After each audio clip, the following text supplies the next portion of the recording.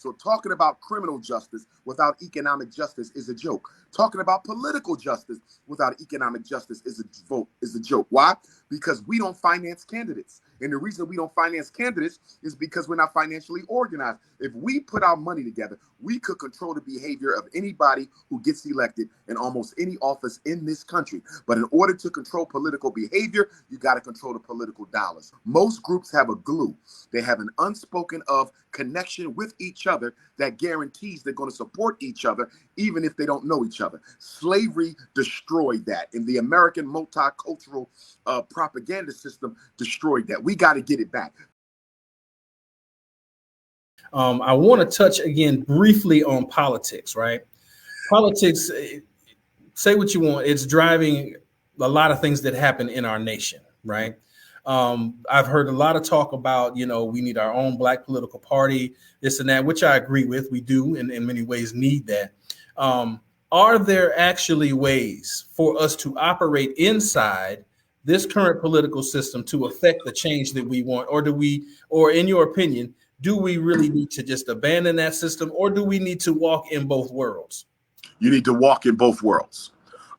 We absolutely need a presence in mainstream politics. The reason why mainstream politics isn't working for Black people is because we're disorganized. Another reason why mainstream politics isn't working for Black people is we have gotten trapped and seduced into participating in this Republican Democratic dichotomy that doesn't have any agenda items for the Black community on the table. What we need to do is divest from both the Republican and political party plantations, come up with our own political union. I'm of the opinion that you share. You don't necessarily need a party. What you need is a union of Black votes. And once you have a union of Black votes, you can now call the Democratic National Convention up and say, listen, I control 20 million of the 50 million American African votes in this country. Before we cast any vote, your candidate has to come to the Black community and have a conversation with us. And then you call a Republican National Committee. You say the same thing. We control 20 million of 50 million Black votes. We're not casting a vote for anybody unless you come and meet with us directly, because we're voting not as Democrats or Republicans, but as Black people. Once you organize the Black vote along a Black community platform, you will automatically get the attention of the major candidates because they can't live without votes. The problem is the Black vote matters to everybody but Black people because we're so disorganized. This is why we can't hold the president accountable. This is why we can't hold our governors accountable. This is why we can't hold our mayors accountable, our city council persons accountable, because yes, we do vote, but we don't vote together as an organized block of Black votes. And for that reason, when someone does wrong to the Black community, we can't punish them politically because every Black vote was a schizophrenic, helter-skelter, every Black person for themselves vote. Marry the Black votes together. If we don't marry the Black votes together so we can live, the Black vote will ultimately kill us. Unity is the common theme. Every time I hear you speak, unity is the common theme. And we see what unity can do to impact the nation, even if it's peaceful unity, like Dr. King gave us the example of, just coming together moves things in this country. And I 1000% agree with you. We need to organize intensively and intentionally. Last question. What are the top 3 to 5 things that an attendee of this conference can take away, that you hope that they would take away from this conference? And after that, I'm just going to let you take it away and just give folks what you want to give them right now. Whatever's in your spirit. Absolutely. Number one, it would be the example of the Black Wall Street market itself. That Black organization and financial organization is possible. That's number one.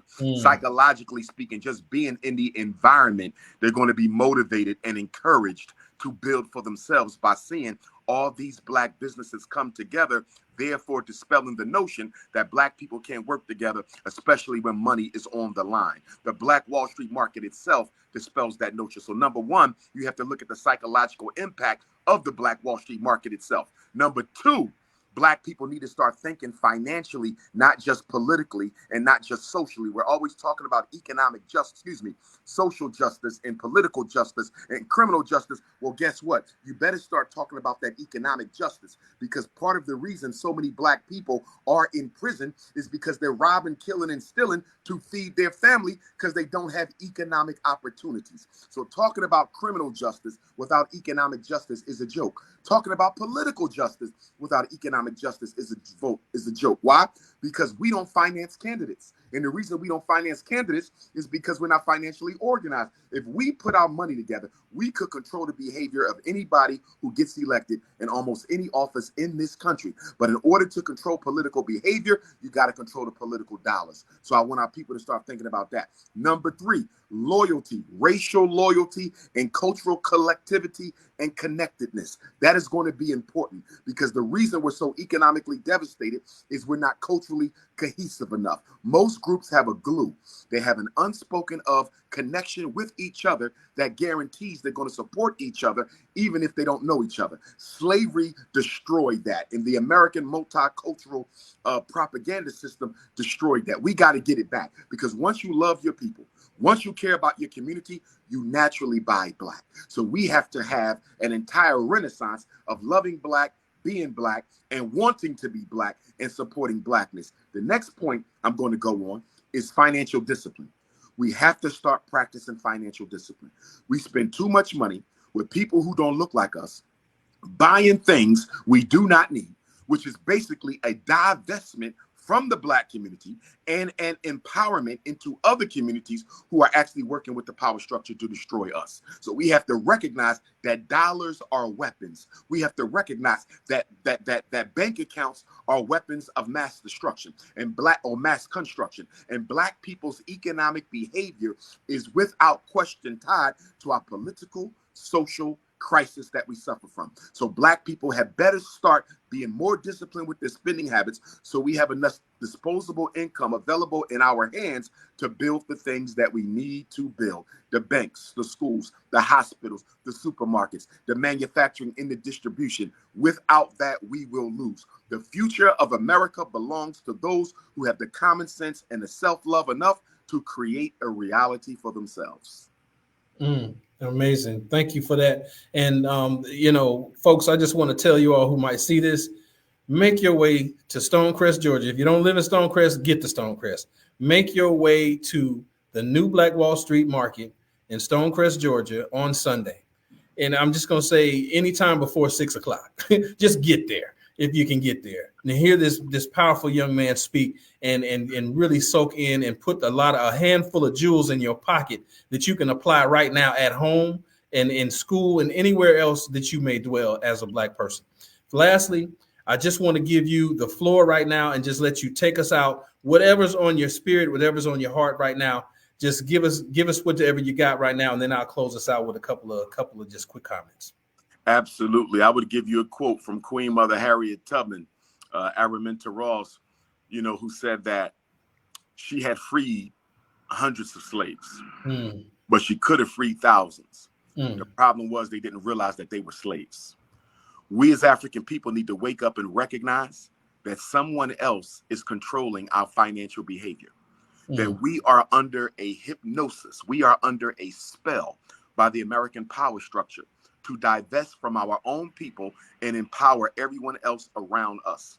The Black dollar has to become as selfish as everybody else's dollar. The Black dollar has to become prejudiced against touching any hand that is not Black. You don't have to be prejudiced, but your money has to be prejudiced. Until the Black dollar never touches the hand of someone who's not Black, we will never be free as a people. Our dollars have to become prejudiced against other groups, because in order for us to get where we need to be as a race, the Black dollar has to be loyal to Black people. And it cannot do that if it does not discriminate. Black dollars for Black power. Amen. Thank you so much for joining me today. I know your time is busy, and I kept you a little bit longer than I intended to. Problem. But brother, I really appreciate it. I look forward to shaking your hand once again and meeting you again in person. And folks, just make sure you get to Stonecrest, Georgia, New Black Wall Street Market. Visit us online, NBWSM.com. NBWSM radio. You will hear a rebroadcast of this and possibly the speech that he will give on Sunday. But until then, I just want to tell everyone, God bless you. Brother Umar, God bless you as well, brother. Safe travels on your way here. And I look forward to seeing you. And folks, tune in, tap in. This is New Black Wall Street Market Radio. Peace. Peace, brother. How can you believe in your oppressor? How can you believe in your oppressor?